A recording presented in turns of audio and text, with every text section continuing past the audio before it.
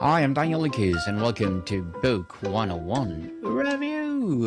Book 101 is all about the books that I read for the last 40 years. And today I have my special guest.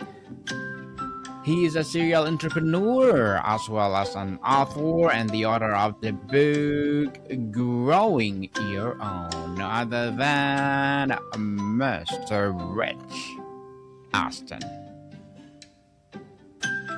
Thank you, Daniel. I'm glad to be here. Welcome, Mr. Rich, on Book 101 Review. And can you please introduce more about yourself that I miss? I am a 45-year entrepreneur, primarily in small business.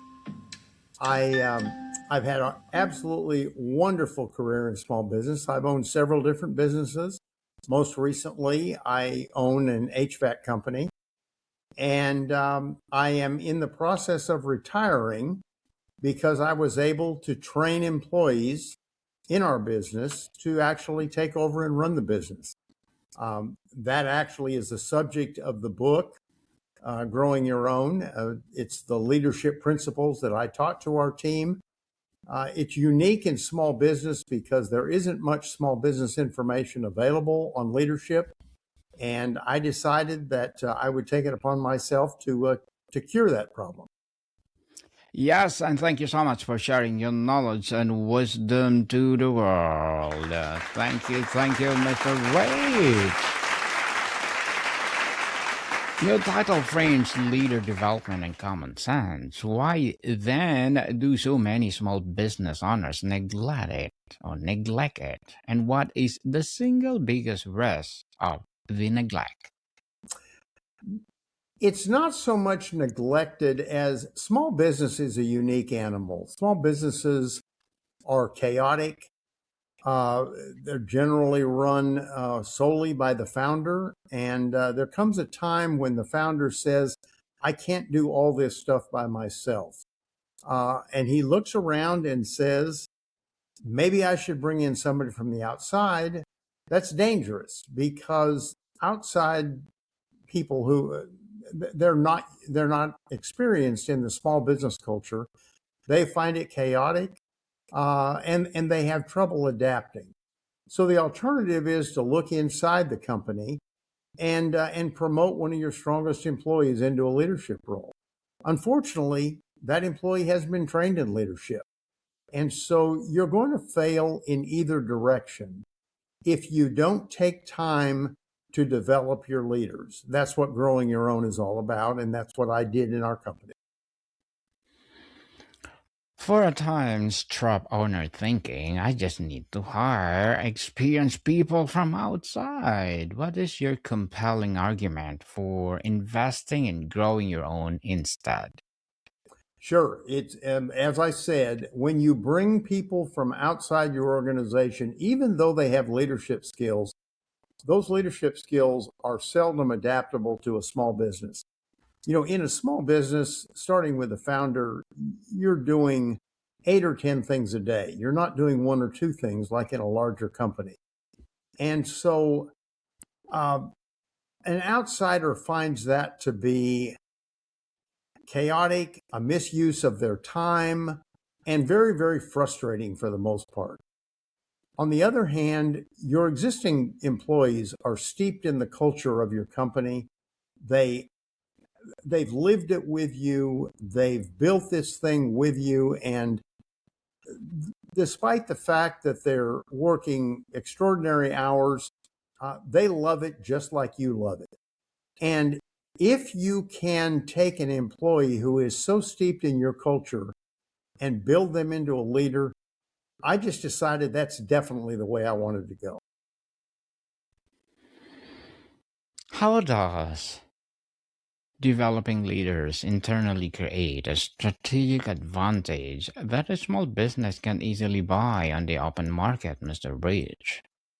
That's a great question. I believe that leadership starts with shared values, and when you have employees who share your values, and those values are always unique in a small business, It is so much easier to go to market when everybody's on the same page. Years ago, I read a book called Start With Why by Simon Sinek.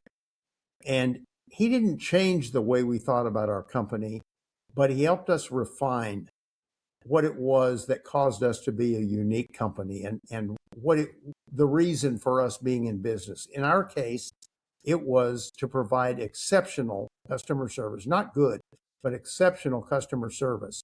And we did that by empowering and supporting our existing employees. And I find that that's our strategic advantage.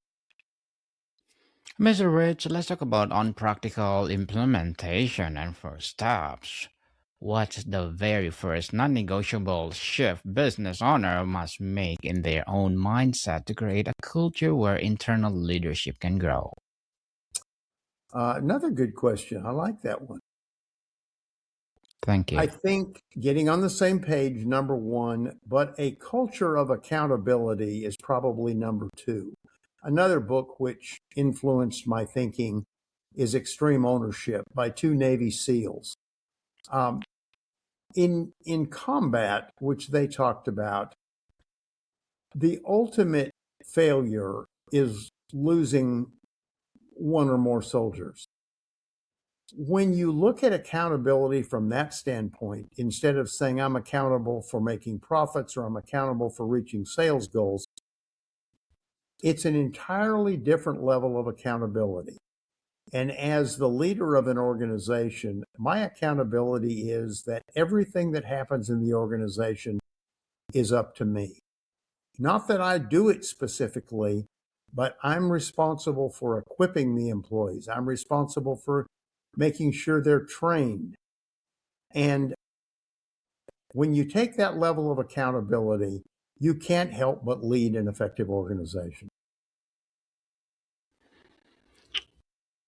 Mr. Rich, walk us through the initial step of identifying a potential leader among existing employees. Are you looking for specific traits beyond just being good at their current job? I earned my degree online at Arizona State University. I chose to get my degree at ASU because I knew that I'd get a quality education, they were recognized for excellence, and that I would be prepared for the workforce upon graduating. To be associated with ASU, both as a student and alum, it makes me extremely proud, and having experienced the program, I know now that I'm set up for success. Learn more at asuonline.asu.edu. No, I think that leaders come in all shapes and sizes, and we're looking for people who are motivated to become leaders. Uh, Most of my employees are blue collar employees, and they don't start out thinking of themselves as leaders. But once we talk about what leadership is, then they can make a choice. I either want to work that hard to become a leader or I don't. I'm happy with what I do, and that's okay with us. We can have a lot of non-leaders in the company who make us successful, but those who are motivated to become leaders then need to look at what it is that's holding them back from becoming a better leader. Is it their upbringing? Is it the fact that they never saw themselves in a leadership role? Is it that they lead with emotion? Is it they're afraid of making a decision? Once we identify their weaknesses, it's then fairly simple to begin building those weaknesses into strengths. Mr. Rich, how do you balance giving a budding leader enough rope to learn and grow, but not so much that a critical mistake could harm the fragile small business? Um, I think you give them a little bit of opportunity at a time. So delegation is a difficult art in business, particularly small businesses. I use delegation as a way to test the growth of an employee. I'll give them a small project, one that's not critical to our mission, and see how they perform. If they perform that, then we'll give them a tougher task to do. And you just continually build on your successes until they gain confidence and see themselves as a leader. And it just works. We've done that over and over again, and it just works. On training and mentorship and the owner's role, Mr. Rich, the book promises a common sense advice. What does that look like in practice? Is it more about curated experiences and coaching than expensive external courses? We did it all internally, and I'm glad you asked that question because it gives me a chance to talk about how we got to writing the book. The I decided that I did not want to sell the company when I retired. I wanted to leave it in the hands of the employees who had helped build it. And so I resolved that I was going to do my very best to make them into the type of leaders that could take over the company and allow me to step back. First, we identified the ceilings that were holding them back.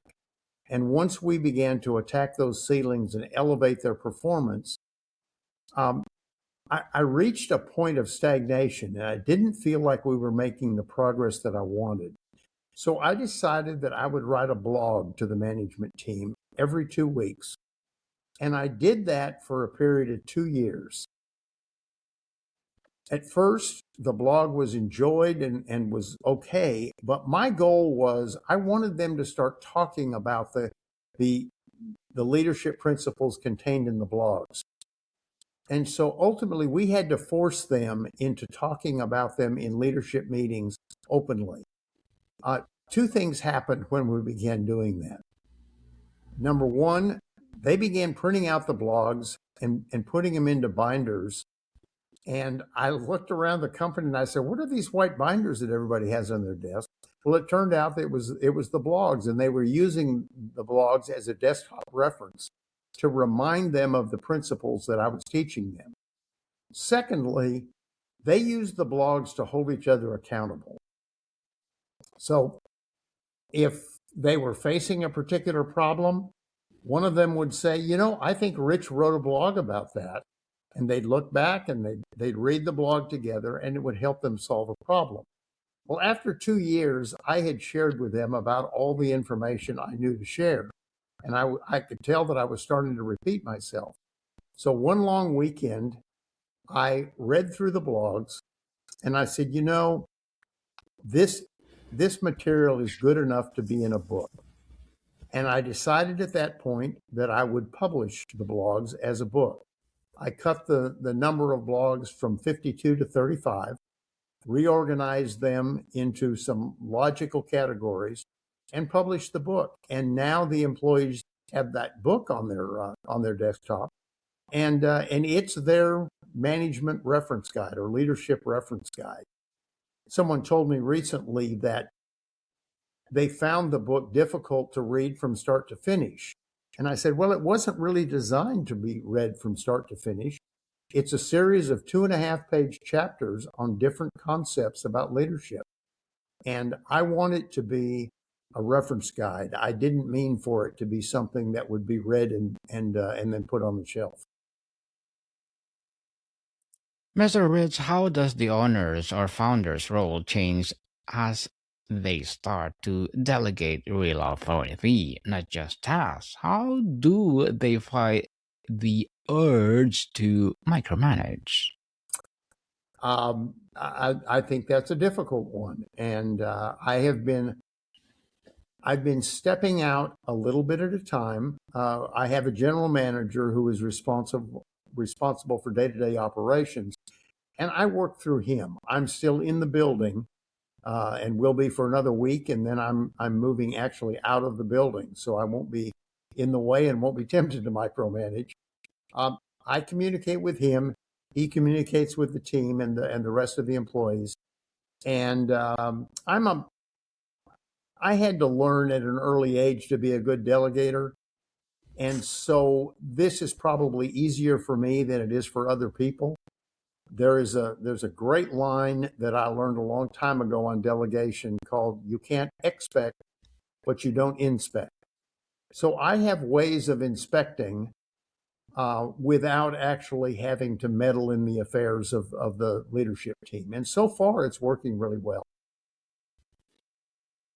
Mentorship is a key, Mr. Rich. How do you structure these conversations to be about developing the person's judgment, not just solving the business immediate problem? I believe that the role of a leader is to connect with all of the people that he interacts with. In fact, I try to have a different connection with everybody in my life, whether they're an employee or a family member or just a friend. I want to connect with you on something that's interesting to you and that's specific to our relationship. I find that that allows me to go a little bit deeper in our relationship. And once you've allowed me in, then I have the ability to influence you. And I've practiced that successfully in my career. I recommend it to others. It requires patience. It requires asking a few more questions, and sometimes it puts you in the role of a mentor. I encourage my employees, all of my employees at any level, to come in and talk to me about anything, anytime. I've advised them on personal matters. I've advised them on financial matters. I certainly have advised them on business matters, but I relish the role of a mentor. Yes, and thank you for relishing those mentors, Mr. Rich. On challenges and pitfalls, what is the most common mistake owners make when trying to promote from within, and how does your book help them avoid it? Well, I think that gets back to delegation. You're either a good delegator or you're not. Delegation is really pretty basic. You communicate your expectations to the employee. You set a timeline. You make sure that when they face obstacles, they come to you immediately. Not so you can solve the problem for them, but so that you can advise them or support them in finding the answer themselves. And then when the project is finished, you follow up to make sure that everything was achieved and that they know where they were successful and where they fell short. And if you practice that kind of delegation, then the rest of this stuff comes pretty easily. Mr. Rich, as an author, what are your short term and long term goals as well as a serial entrepreneur? Now that I am retired from daily activities, I'm spending most of my time promoting the book and the training course that goes along with the book. I hope it works out. It was never intended to be a commercial success, but it is a real passion of mine, developing leaders in small business. And I hope I get the opportunity to speak and to train and to talk about the book and to work with small businesses in all kinds of businesses to develop the leaders that they need. That would be fun. Failing that, I have a background in real estate. I have a couple of grown sons who are in construction. And it may well be that we get together and do some real estate development. Who knows? Yes, good luck to your goals, Mr. Rich, and looking forward for more success. And what will be your piece of advice for those people that want to be an author as well as being entrepreneur?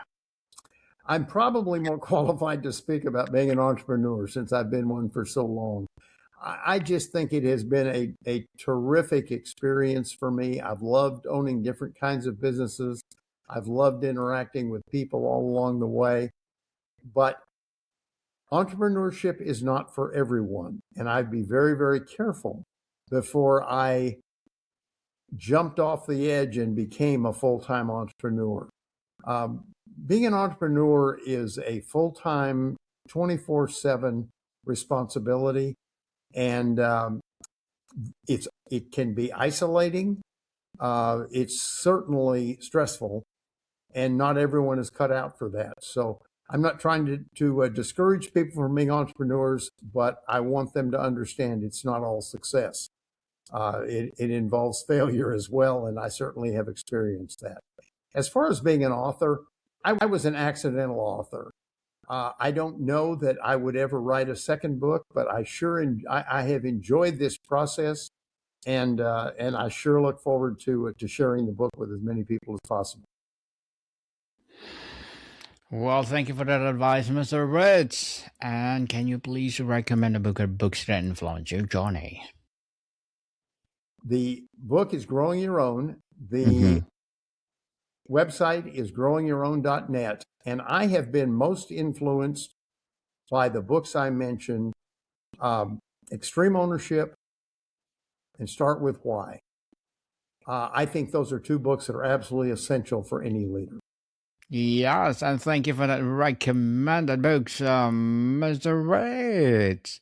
Your book suggests this is how small business scales sustainably. How does developing leaders free the owner to focus on the context stage of the company's growth? Well, every founder in a business is good at several things, but not good at everything. And so when an owner doesn't have anybody to delegate to, they wind up doing a lot of things that are not in their wheelhouse. So as soon as you have somebody that you can delegate responsibilities to, it allows you to focus on those things you're really good at. Most founders are good at things like vision, uh, maybe finance, uh, certainly marketing. And the more you can concentrate on those things and let somebody else handle the operational aspects of your business, the faster your business can grow. Mr. Rich, before we wrap up our discussion for today, I'm inviting you to please don't listen to my other podcast, people. My other podcast, because my abstract essay is already in fifth season, abstract poetry in second season, a book 101 review in fifth season too, a comedy 101 in second season, and my food 101 in sixth season as well. Geography 101, love letters, movie 101 review, music 101 our fourth season. Science 101, Sex 101 in its second season, and my baby podcast, Mental Health 101, Law 101, Bible Verses 101, and Entrepreneurship 101. Please listen to them wherever you listen your podcast. So, Mr. Rich, will you be my guest on Entrepreneurship 101? And let's talk about business mindset. I would love to. Yes, looking forward for our second episode. Ultimately, is growing your own leader is more about building a better business or about leaving a lasting legacy as an owner. What have you seen it to become? I'm sorry, I didn't understand that. Yes, so ultimately, growing your own leader is more about building a better business or about leaving a lasting legacy as an own. What has been seen it to become? I'm not. That's an interesting question. I'm not sure I have a good answer. For me, leaving a legacy is important. I'm pretty late in my career, but I just would love for other people to train up leaders in their company. I think it's good for the company, but I also think it's good for the employees who never thought they would become leaders uh, to get to function in that role. So maybe it's more legacy. Yes, a legacy indeed, Mr. Rich Ashton. Thank you so much for sharing your knowledge and wisdom to the world. So can you please invite our listeners to support your book, your advocacy, or whatever projects that you're doing right now? Well, thank you. I've really enjoyed visiting with you. Yeah, so where do people can buy your book, Mr. Rich? Growingyourown.net is the website, or they're welcome to contact me directly at rich@growingyourown.net. Yes, people, let's support Mr. Rich Ashton because if you support him, for sure, more and more, growing your own will rise. So, Mr. Rich, Looking forward for our second episode on Entrepreneurship 101. Maricon people, see you soon. With so many options, why choose Arizona State University? For me, the only online option was ASU because of the quality. Their faculty was really involved with their students and care about your personal journey. The dedication to my personal development from my professors, that's been extremely valuable to me. Earn your degree from the nation's most innovative university. Online. That's a degree better. Explore more than 350 plus undergraduate, graduate, and certificate programs at asuonline.asu.edu.